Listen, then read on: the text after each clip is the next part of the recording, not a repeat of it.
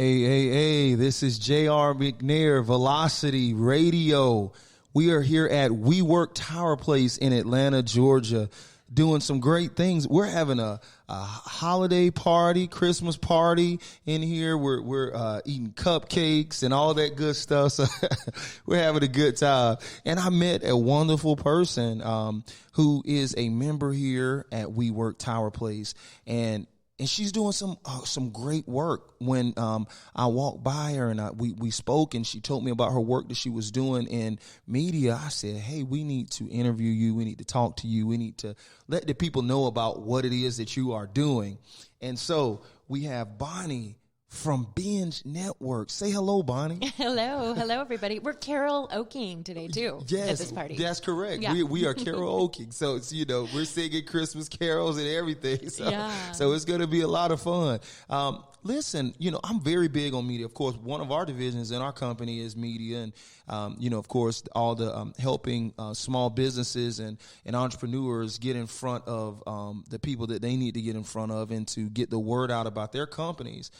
And so it's very important to us, the whole media landscape, and giving people opportunities to share. And that's what your organization does. So tell us about who you are, okay? And how you got started in doing this Binge Network distribution network. Sure. So, as you said, my name's Bonnie Bruderer, and I worked in tech and media for a few years, kind of right at the onset of the internet. And then I made a pivot, and I worked in the personal development space. I toured for almost 20 years with celebrities like Tony Robbins, Harvey McKay, many others that most people are familiar with. And then I decided about 6 or 7 years ago that I was going to move to New York City, follow my dreams, and start a TV show. Wow. And the idea was to interview all of these amazing thought leaders that I'd met, in my 2 decades, and really tell their stories. And so I had no idea that was one of the most hardest things to do, move to New York and start a TV show, or any idea of what I was doing. So, of course, that's what I did. I went to production school. I created a pilot, got a cable show on MNN Network. Wow. And over the years, we had over 700 guests on our show. Wow. And we told stories, and a couple things struck me. Number one, everybody said, you have the best job ever. I want a show. Yeah. And number two, we needed to make money. And so at the time I was going to the overseas markets, I was selling these shows to what was called OTT. Back then, no one even knew what that was. That's right. And I was, trying to be the next Oprah. So I was like, oh, another OTT contract. Yeah. And then, over the years, it became very prominent and very important. And so about 3 years into our journey, we had 30 different distribution contracts, and realized that our value as a company was in distribution, not in continuing to produce. And so we figured out a way to marry the technology together and have a front-end platform, which is now Binge Networks. Okay. And so our mission is to work with content creators, filmmakers, really anyone with a story that is telling it with video, and to help them get out there and to make money with that content. I'm also a filmmaker, and I was totally frustrated with, putting your heart and soul and your paycheck into a film, and then it taking years to monetize. And so we have really a switch we can flip, and we can get people making money same day that they come onto the platform. Wow. That is amazing. I'm going to tell you something. There's a lot of different models that are out there, but I don't know that I've ever saw a model quite like this that kind of blends it in this fashion. There may be, I just don't know about it. I've spent a lot of time. We've had a couple television shows, and of course our radio and everything we do on that. And I sit on a lot of film and television boards. And one of the things I always would talk to creators about was, y'all focus so much on the show that you don't focus on the business. Yes. And that's why it's called show business, not the business of show. It's a business, show business, right? It's and you have to understand the financials to make it sustainable. And so, talk more about, because I just found that amazing that this makes money for these creators, and they don't have to spend all of their lives trying to monetize something and go broke and say, oh, I love doing this. And it's more hobby than it is anything. Yeah.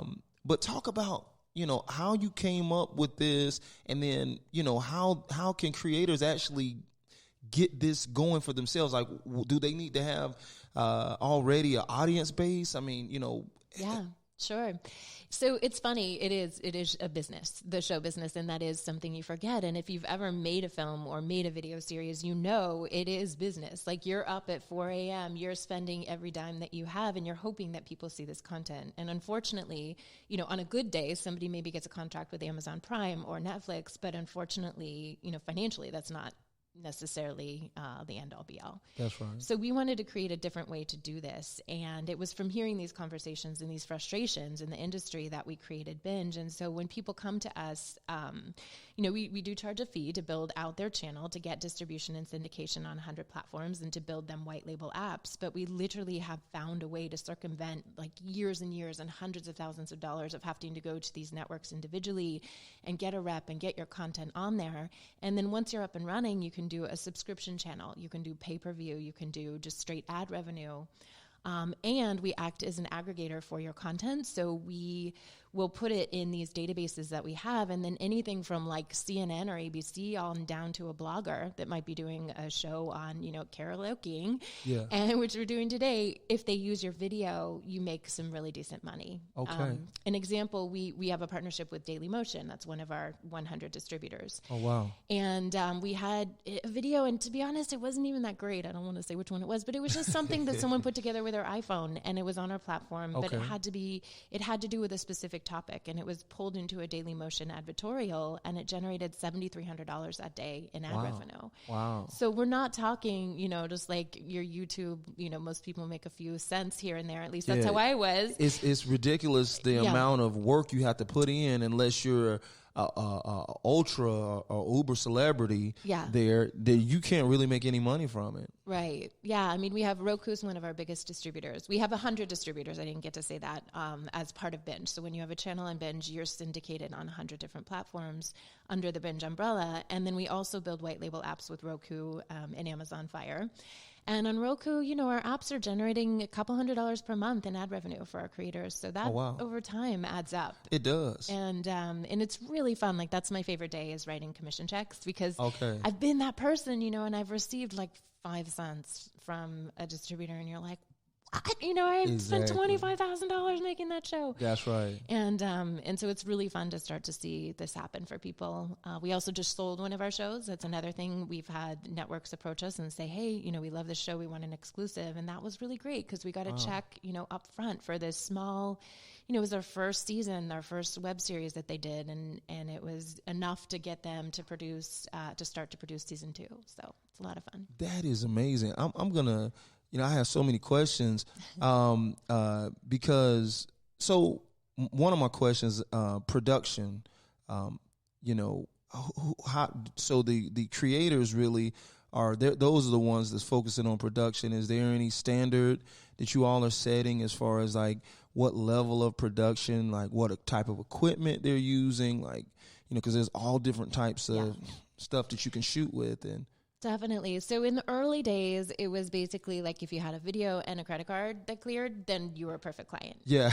Just being honest. That's right. Over the years, we've evolved tremendously, and we do have high standards for the content that we're bringing on. We kind of see ourselves as being that in between, like Netflix that like 1 in a million people get in, and YouTube that's completely unvetted. Yeah. We want to be that middle tier for people that are putting work and effort and time and energy into their content, but don't necessarily have to be, the next Titanic or whatever the case is. And so in our view, you'll go to the platform and you'll see some of the older stuff that we wouldn't take in the current market, because it's just not where we're at. But we also have contracts with Shoreline Entertainment and Indie Can Films, and there's about 200 indie films that are on there that are really good quality and very well done. So we believe more in, you don't have to be the biggest fish in the sea, but as long as you're putting some effort, and that could mean if we were filming here with a Diva Light and 2 iPhones, that could be okay, as long as it's edited and cut properly. That's right. So yeah, we want to work with the serious creator that really wants to make a name for themselves. Oh, wow.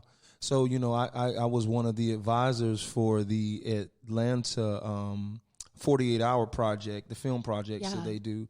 And Deontay, when he was running it, and I remember when Gabe and them were running that. And it's a lot of work, and there's some good creators here. I know. There are a lot of good creators, but the thing is, they don't have a way to monetize anything, and they're having to do other jobs. So I'm doing this in hopes that I could, but I believe that was cool, I guess, for the 100 years or 50, 60, 70 years before. Yeah. But now with all this technology, I would have thought that, and where it, I believe, has to go for content creation. And this is not just with visual media. This is audio media. This is just how people are digesting entertainment or anything in that fashion. You have this in music where before it was only CDs. Now, and then they went to digital downloads. Now they're streaming, and the change. But on this side of things, specifically with the video, it's taken a little longer for people to try to really figure out how can this really be monetized for the creators. Yes. It's interesting, a couple of points there. So right before designing Binge, we were still just doing our show. We were a TV show in New York City, and I was in Cannes at MIPCOM, and I sat in a room with the head of Disney and Fox and a few other networks, and I listened to them, and they were all panicking. The industry's changing. No one knows where it's going. We think it's going to OTT. And I listened, and I was like, I'm so small. I could pivot. I could do that tomorrow, and that's really what started that trajectory. In learning, and also just being that frustrated creator and in seeing, because I come from a business background, I knew I had to make money. I wasn't just doing this as a passion. Yeah. But that's really what evolved, and why we came to Atlanta. We started in New York. Our first 5 years were in New York City. And it's interesting there because everybody's doing something, right? I realized over the years, everywhere you go, every networking event, everyone's got a project. But when you peel back the layers, a lot of it was just ideas. Like it was, people were hustling and they're running, but they weren't really doing anything. And once I came to Atlanta and I saw the talent, the raw, just amazing talent that's here with people actually doing a lot. Not to say people in New York aren't, but this was my experience. No, totally. It made a lot of sense for us to come here, and it's been amazing to see, what is coming out of this city. It's absolutely incredible. It is. But I think it's really here. We don't. It was like with us in Atlanta. It wasn't a lot of glitz and glamour. It was like, hey, you either show up, you show something, or you go home. Right. I know. So true, right? That's how it should be everywhere. Yeah. And I think, the thing is, we have in this city, it's developed in a way to where we're a large city, and it's happened in a short period of time, really becoming a large southern city to being a large city in terms of the world's landscape. And so, but I want to figure out now, who is the ideal person, at what stage, and when would they need to come to you? Sure. So it's really somebody, as I said, that takes their content seriously and wants to monetize it. So, we absolutely work with a one-off film, things like that. But really where our sweet spot is if you have a suite of films or a suite of web series, things like that. Maybe you have a video podcast that you're doing week after week, and you have a back-end product that you're selling or consulting that you're selling. That's a good product for Binge because we can push it into new audiences. It's really for, that person that gets the value of smart TV, that gets the value of, Roku with 40 million subscribers. And now Apple TV has just kind of hit it out of the park with some of their new programming. Finally. I know, right? It's been decades, watching them. And I've gotten sucked into a few of their newer shows, and I'm amazed because they're, the content that we're used to now on Netflix and Amazon and all these other places. So it's for people that see the value of that industry and also want to get in. It's not even really on the ground floor anymore. It's the rocket ship is taken off. It is, but it's it's midway. It's like when the chargers are falling off. Like it's there, and so we want to help elevate those people that are seeing that and want to be a part of that and take it to the next level. We just closed some important partnerships with Power Media, with Tiki Live, who has 1.3 million downloads, where now they're going to stream all of our content, and many, many more that are coming to the table. And so it seems like, at least for us in our 5 years of business, we're going into year 5, it's it's just like magnets. People are coming to us, oh, we want your content. And so that's really fun. So it's for that creator that wants to get in on that. I was just at an event yesterday, and we we did like 10 different shows in one day, and they were just giving us, they were just putting out some amazing content. And I was telling them, I said, content is king, and people, these stations, they need content. Yeah. They need this. You would think, oh, I need them, but they actually need you almost just as much, maybe more than you need them. It's so true. That's such a good point. Content is king, right? And you hear that and you produce a web series or you produce a film, but then what? Like, content is only king if people watch it. That's correct. And you're right. Yeah. And so that's really where we've, been able to corner that market, is like, hey, we can get people to watch it. And now everybody, we've evolved so many times as a business model because we just see a different trend. And you're right. This last year, people want the content. They keep coming to us and saying, hey, can we, pay you to syndicate on this platform? Well, of course, because that's great for our creators. But that is a big focus into 2020, is aggregating the content and getting it shared on other platforms. And then also leveraging the power of our community. We have over 200 content creators now on the platform, and getting them to broadcast the content. Because if I'm watching a video, of your show yesterday and it's on his website, he's getting paid, you're getting paid, the business, so it's good for everybody. And that's really, again, that's a lot of fun. And we're really starting to see that trend speed up. So now I want to know about what you do for the company specifically, and then what your team looks like. Yeah, so I do a little bit of everything. Okay. I am the founder. Okay, so great. I created it. I was the host of the initial talk show. What was the name of the initial talk show? It was called the Ask Bonbon Show. Okay, Ask Bonbon Show. I like it. I think I've removed most of the 700 clips. It's so embarrassing when you look back at where you started. I like that. You think you're all like, the end, I'll be on lights, camera, action. I'm like, oh my God, that's mortifying. But, it got us to where we are today. Yeah. Don't despite humble beginnings, though. Yeah. So, oh gosh, now I lost my train of thought. So that's what I do. What I do is a lot of everything. I negotiate the contracts with the bigger media outlets. Right now, we're really focused on Tiki Live and on Power, and of course, our continued partnership with Glue TV, which develops our Roku apps. I manage the sales team. We have a full-time developer that's constantly managing the content, getting it to where it needs to go. We use a centralized platform to syndicate to all 100. So there's a lot of, there was a lot of development early days that went into that. No one can quite figure out what we do. All the tech people, they're like, wait, what are you doing? I'm like, don't worry about it. Yeah. I just know that when a video goes on our platform, you can find it tomorrow in China and Kachong Media. You can find it on Roku tonight. You can find it on Apple. But so a lot of that I had to develop and I guess produce, or whatever you direct. Yeah. I manage all of our accounting accounts, just sort of overseeing everything, and then jumping in at all. It's firefighting. There's always something going on or something exciting happening.